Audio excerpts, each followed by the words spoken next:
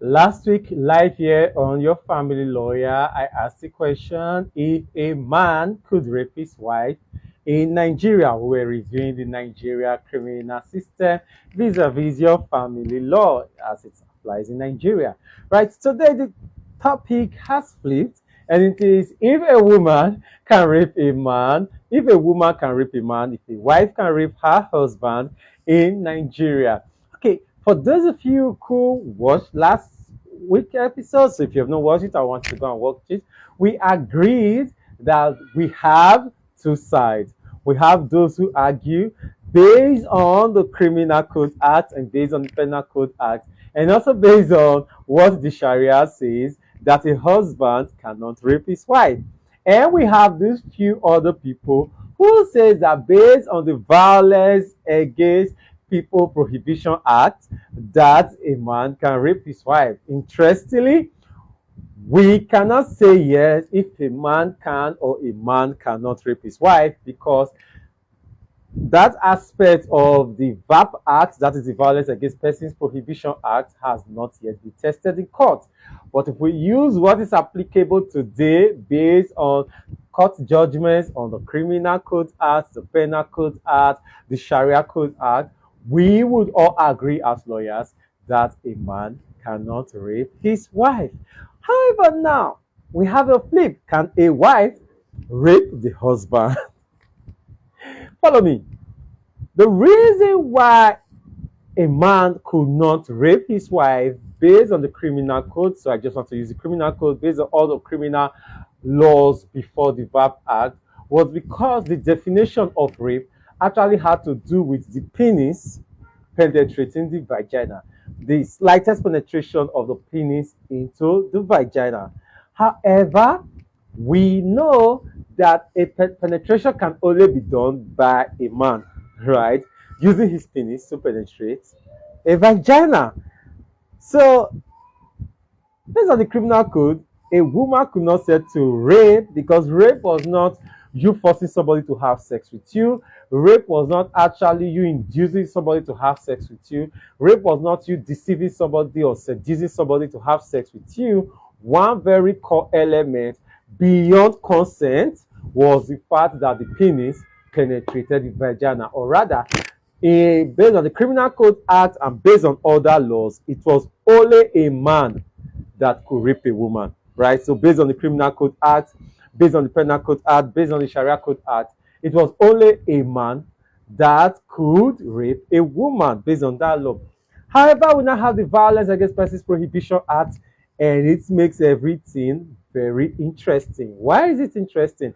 Is that it moved away from the criminal code, and no, it did not move away. It took it further to match today's reality. In the criminal code, rape can only be by a man penetrating the vagina of a woman. But the VAP Act comes up to say, no, rape can be by a man penetrating the vagina, the anus, the mouth, the ear, the nose, more or less like any opening of not only a woman, but also of another man. Right? So the Violence Against Persons Prohibition Act actually made it fit that as long as you cause the penis to penetrate any opening in the other person's body, no matter the sex or the gender of the other person, you are guilty of rape. To make it more interesting is the fact that that penetration must not necessarily be with the penis. So you can penetrate with the penis, you can penetrate with your finger, you can penetrate with an object. You will still be guilty of rape. It did not stop there. It went further to say that if a woman, remember that the criminal code, under the criminal code, under our criminal regime before the VAP Act, only a man could rape and rape with his penis. But the VAP Act now says that he can rape with his penis, he can rape with his fingers, he can rape with his tongue, he can rape with any object that penetrates, right? But goes further to say, even a woman who causes to be penetrated, if a woman causes herself to be penetrated by a penis, by a finger, by a tongue, by a stick, by a sex toy, or anything else, without consent or that of a minor, all those extras, that person, she is still guilty of rape. So based on the VAP Act, a woman can be guilty of rape. Now, mind you, under the criminal code gives an exception that a man cannot rape his wife. The criminal code does not give an exception to a woman, does not say anything about a woman committing rape. What it means is that all the judgments we have, all the judgments of courts we have, actually shows that only a man can penetrate. Based on the criminal code, only a man can commit rape. But now we now have the Violence Against Persons Act.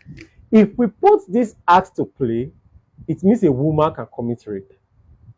If a woman can commit rape, this act, the VAP Act or the Criminal Code Act, has not given exception.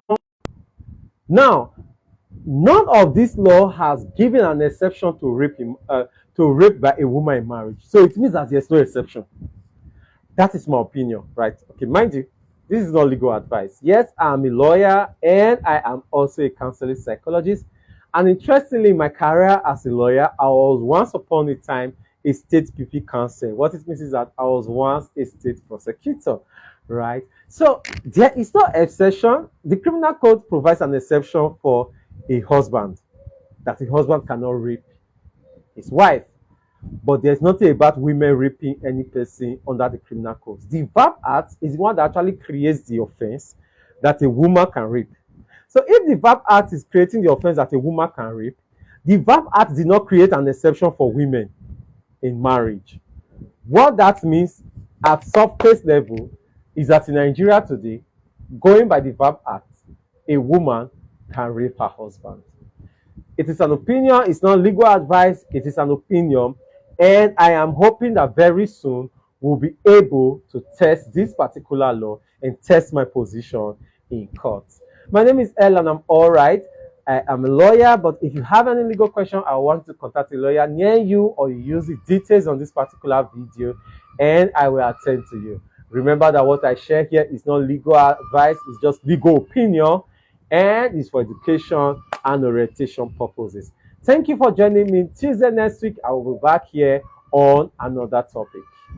You rock.